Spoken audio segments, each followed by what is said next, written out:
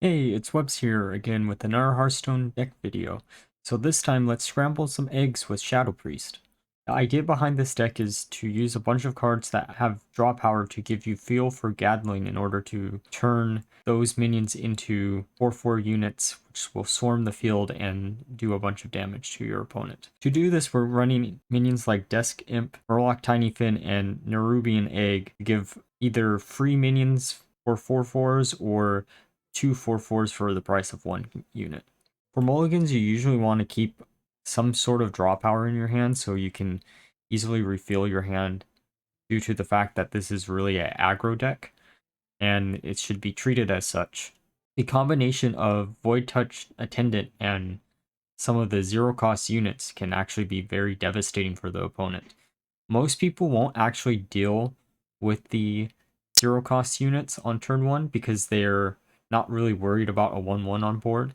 But if you can then combo it off the next turn by playing your attendant, you become 2/1s, which is a lot more frightening for a lot of people early game, so you can sneak out a bunch of damage that way. The cards that you'll never want to keep in your opening hand are Benedictus and Solmir. There's no reason to keep either of these cards in your hand since you're going for more of an aggro style of deck anyways, and they'll just be dead until late game. With that being said, let's get into the games. Alright, let's get into game 1 against Shaman.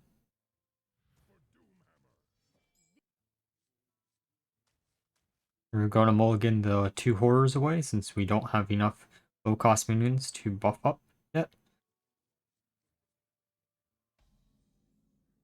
See, this game is from before I cut the neophytes out of the deck. However, this doesn't really change that much. Just going to play the Inspector to draw a different card, which is Mind Render. They're going to trade away their Viper. I'm curious why more and more people are starting to run weapon destruction in their decks. I'm assuming it's just so they can cycle through their deck a bit quicker. Because honestly, I haven't ran into enough weapon demon hunter. They're just going to hero power, and then we'll probably play a tour guide and our homunculus. I'm pretty sure this game was from early on in testing, or at least early on when I swapped into a more aggro-based style of deck.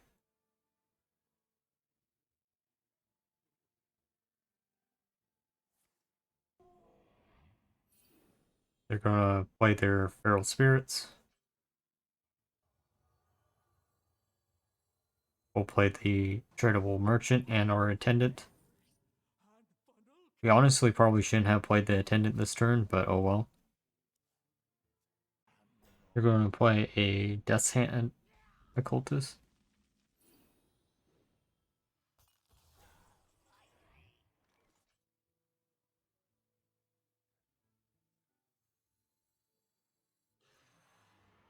We'll buff up some of the minions.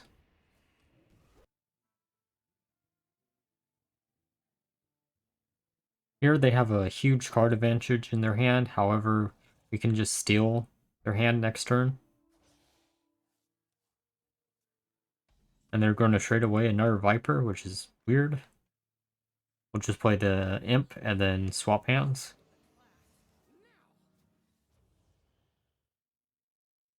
Then coin out Spores, I think.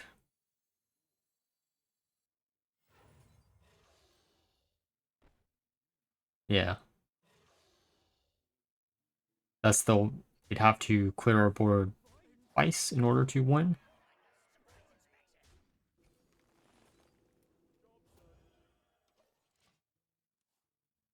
There's nothing they can do here. Absolutely nothing.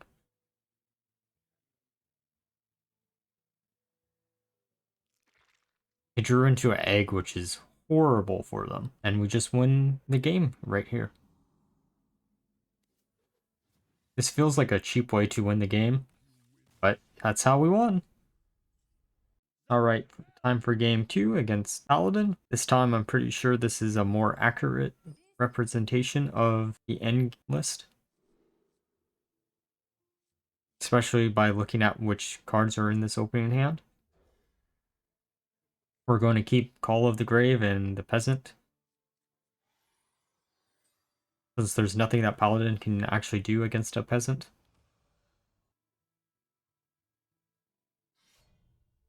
They're going to play a Jewel Kit, and we're just going to play the Peasant, since the Jewel Kit has no attack. Our opening hand isn't actually that terrible. I wish I could have thought of something else to include in the deck besides Call of the Grave, but it is what it is. They're going to play an Oiltron. And here we can combo off the Horror with the Death Imp and the Peasant, which is really hilarious. And we're just going to get rid of the Divine Shield, which might have been a little bit of a mistake, just because they can now kill the minion if they feel like it. But they're going to play another Divine Shield.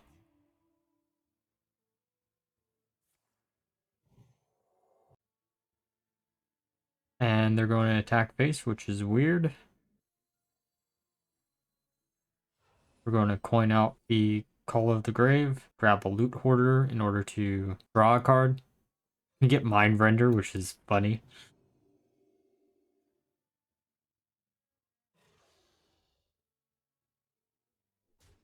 And we're going to kill one of their Divine Shield minions. And play our Importer, taking the Bomb Rating. Though the Devouring Plague probably would have been a better option, just so we could have easily killed one of their minions.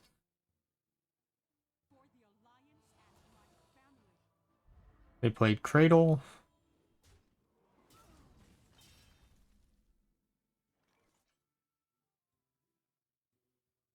We have no quick way to clear out that minion right now, so we're just going to have to hope something sticks on board and hero power their face.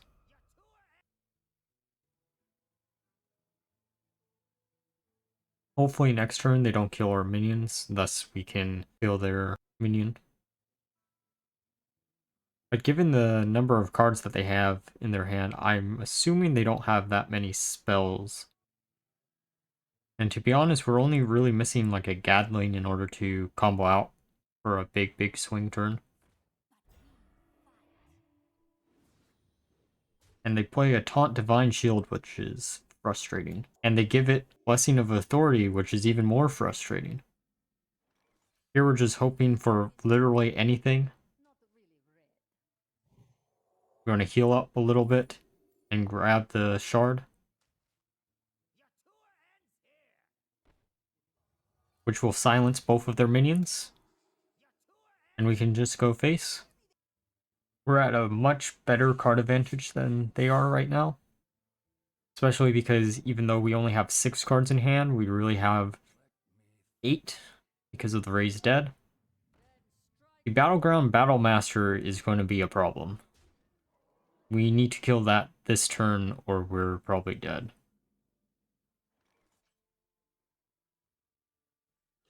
We can buff up our 2 minions and kill the Battlemaster.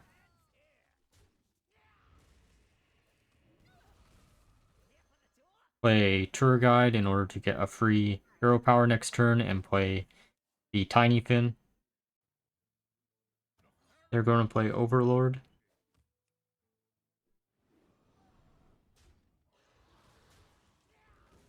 Again, I'm not really too worried because they don't have much in their hand right now. We're going to need to clear off some minions, though, to make that even less worrisome. We could Mind Render here, or we could generate a bunch of cards off of Raised Dead.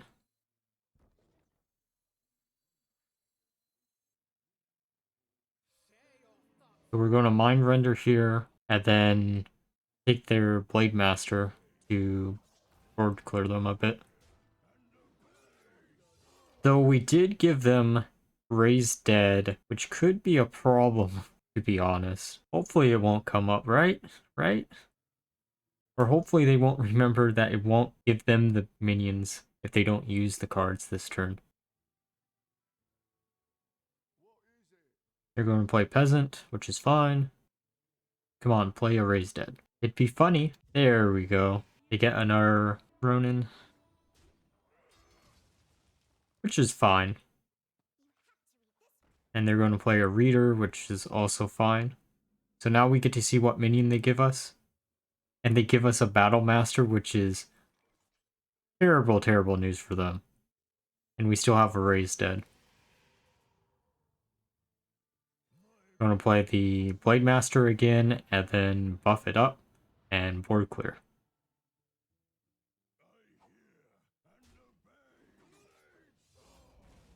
And they only have one card in their hand, so there's not much to come back from here, especially because we killed one of the readers.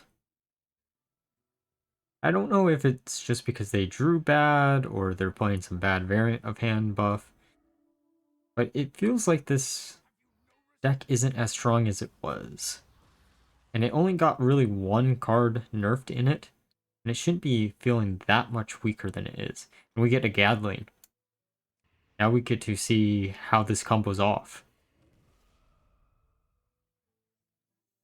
Here we'll probably kill off all the minions that aren't the recruit, because then we can use the Battleground Master in combination with Gandling in order to give our 4/4s Wind Fury.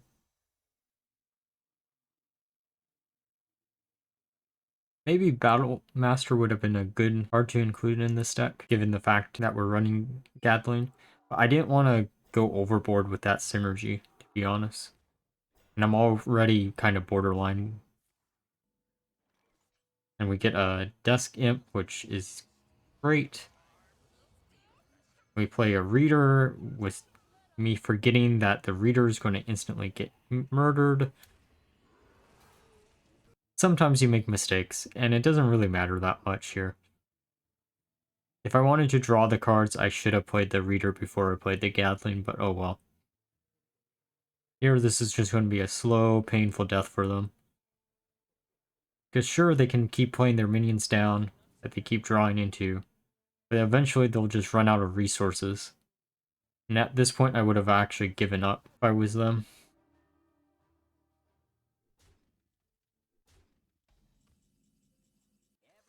Going to play the Inspector and draw an attendant from an attendant.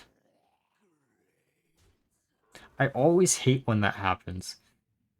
Shit like that happens way too consistently for it just to be random chance at this point for me. Here I'm trying to think of if I want to deal with the Bolvar yet or not. Because if I deal with it this turn, then I don't have to worry about them hand buffing anything up.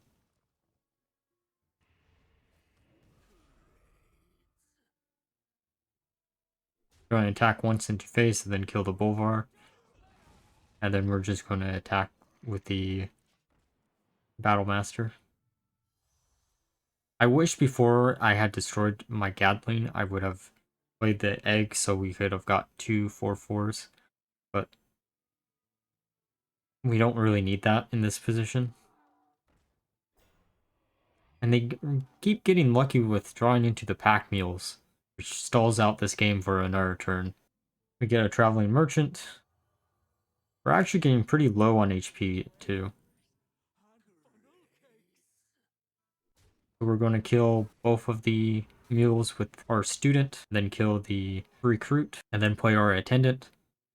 Since Paladin doesn't have any direct damage, there's no reason why we would need to worry about putting out the attendant a turn early.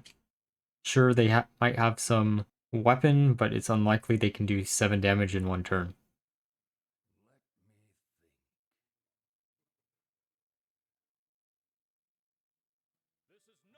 And holy shit, this was a long game.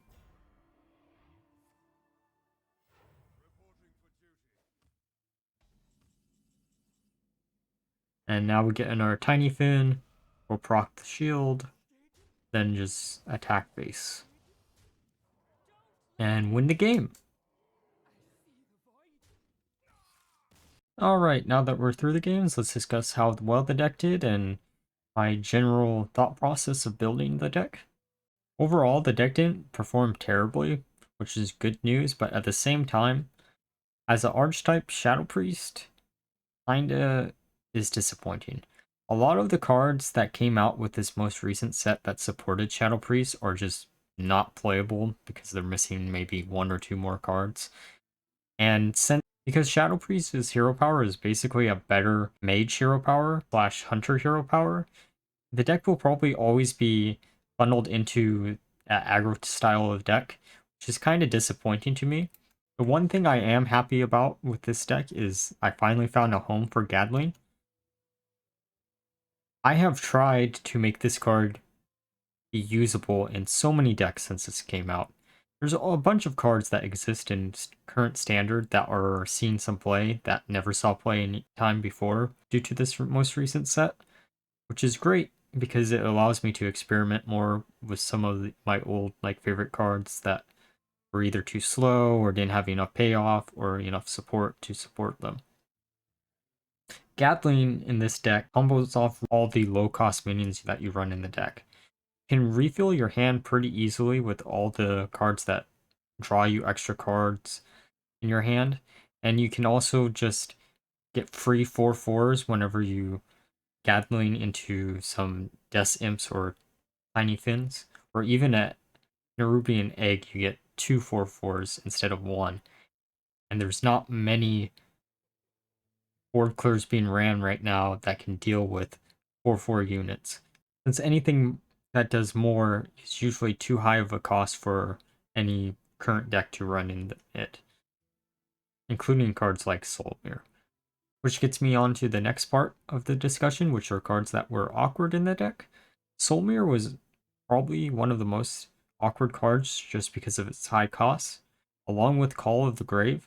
Both of these cards could be cut for some type of low cost minion in order to have more fodder for Gadling or more draw power or more resource generation, such as the importers are, due to the limitations of which cards that you can actually run into a Shadow Priest deck. However, I ended up keeping in Soulmere just because I wanted some type of guaranteed way to deal with games that lasted a long period of time.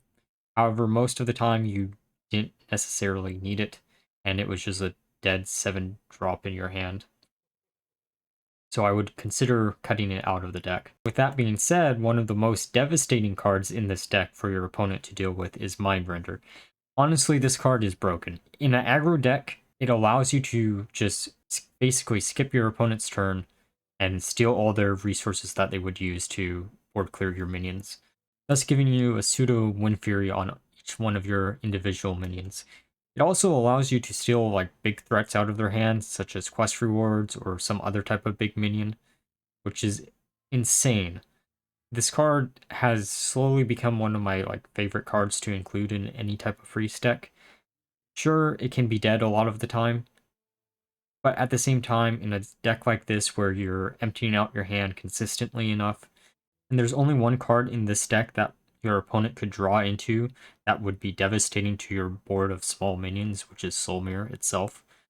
With that being said, if you enjoy the egg style of decks that have existed for a long period of time in Hearthstone, and you've been wanting to use Gatling, this is a perfectly fine deck for you to try to play.